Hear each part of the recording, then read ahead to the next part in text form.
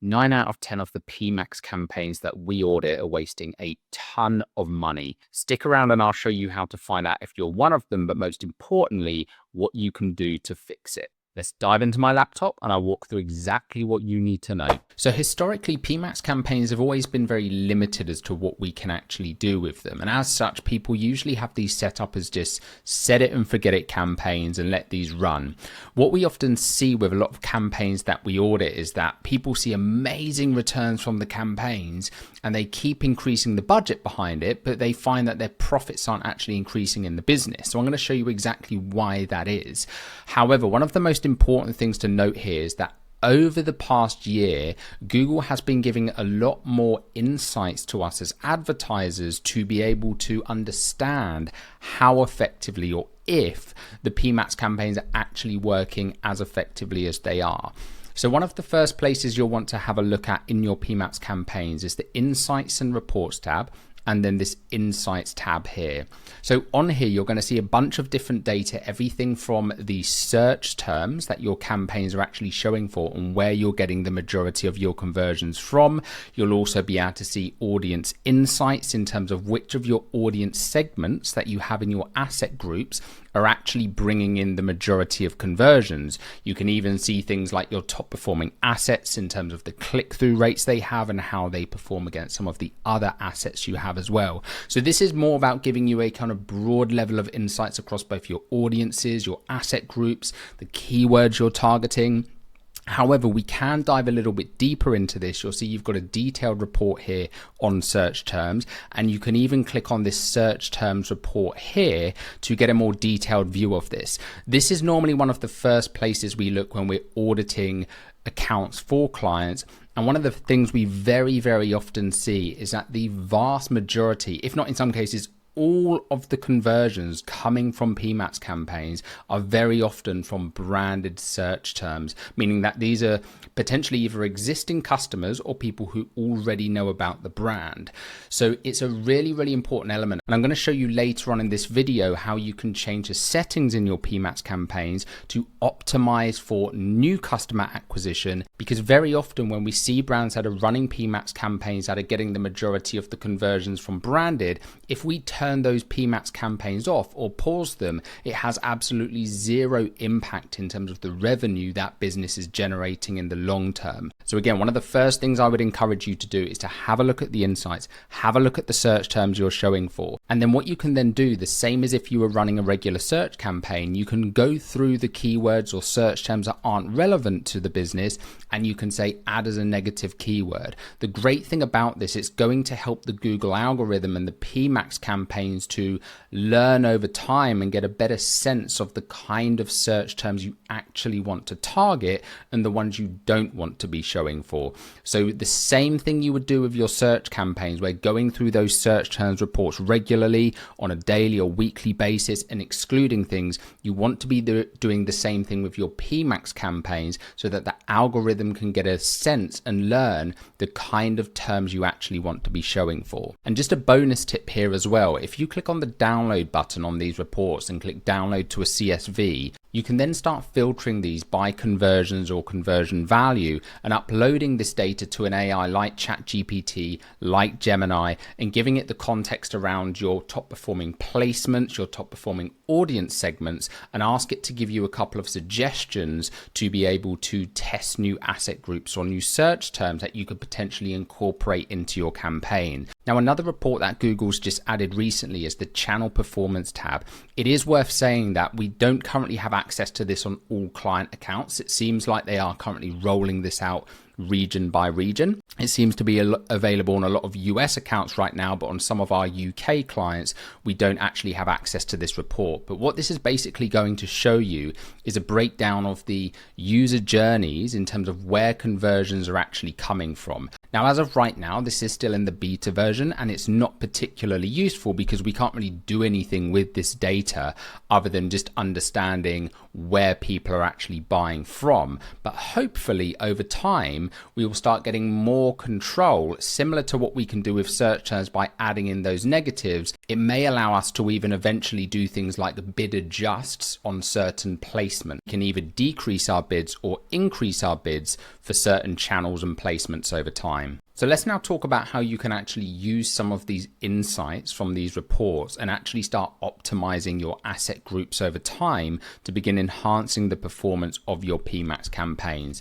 So let's say, for example, you've noticed there are certain in-market audiences that are working really well, there are certain search terms that are working really well, and there's others that just aren't performing at all. Well, one of the things you can do is actually begin testing and experimenting with different asset groups containing different assets, different audience segments, for example, to see which perform best. Now, as of right now, Google don't give us the ability to have asset group level budgets, meaning we set the budget at the campaign level, but ultimately, if we have multiple asset groups, Google is going to decide where to spend that budget. So unless you've got a very, very large budget on a campaign, it actually makes more sense to consolidate that campaign into a single asset group.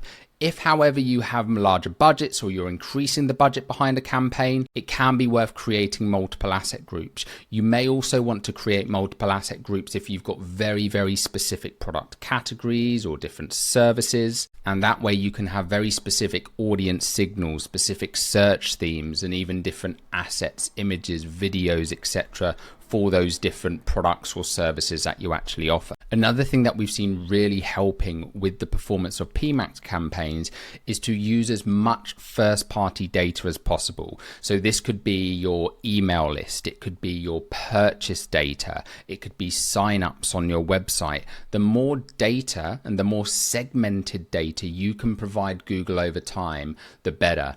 So if you're uploading lists into Google, make sure you keep those lists up to date. We very often see accounts where there's been lists uploaded 3-4 years ago, but they haven't been touched since, and the lists have grown exponentially since then.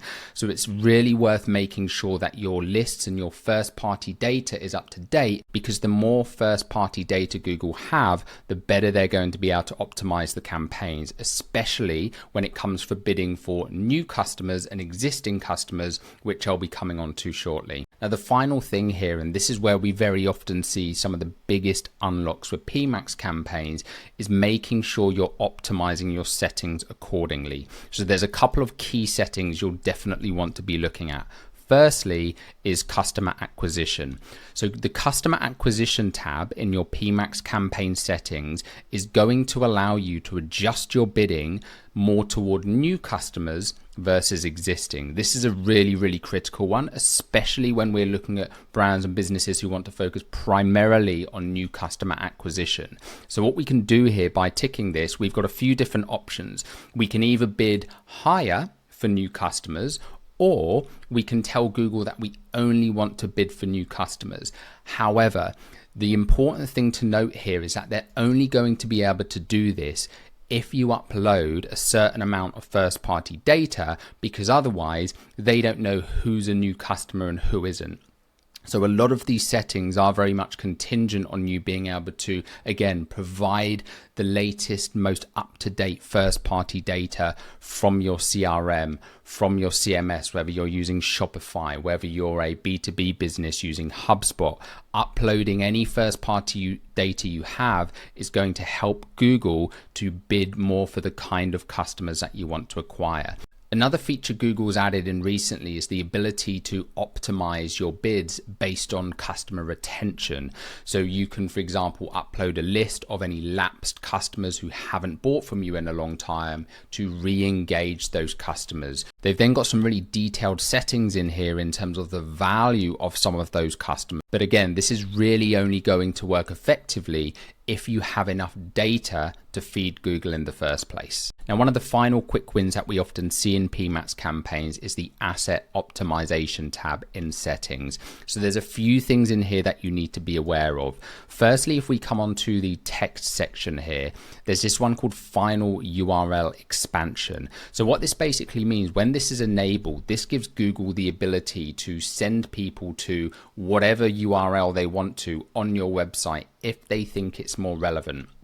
Now, if you're trying to test a specific landing page, for example, you've got a particular funnel you want to drive people to, you may want to turn this off. Sometimes having final URL expansion can actually enhance your results, but there may be some instances that you do actually want to have this off. So it's always important to be aware that this setting is here, because even if you've set a URL in your asset group, when you have final URL expansion enabled, Google can still, and very often will, go outside of that URL. So it's a really important thing to be aware of. We've very often seen campaigns where Google has been driving traffic to pages on the website that were no longer relevant, and the businesses didn't even realize that was actually happening, and they'd completely forgotten about that page. So it's really important to be mindful of this.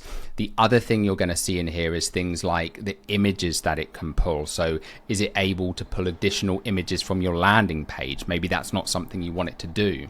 It's also got enhancements for some of your placements, like images and like videos, which allows them to basically reformat the assets you have in your asset groups. Now, on paper, this sounds good, but this is very similar to Meta's image enhancements. And if you're running any Meta ad campaigns, you know that sometimes it can just be an absolute faux pas, and it can completely skew the images, can make placements look ridiculous, and it can tank your performance. But you just want to be mindful of this. My recommendation to you again is that you test your performance both with and without these settings on. Now, as good as PMax campaigns can be when you get them fully optimized and up and running, you always want to make sure you've got a good diversity of campaigns in your ad account, including search campaigns, which are going to give you a greater degree of control in terms of what search terms you're actually bidding on. However, there are some critical mistakes we very often see businesses making when it comes to these search campaigns. So in this next video, I'm going to be showing you the main things you need to look out for on your search campaigns. I'll see you there.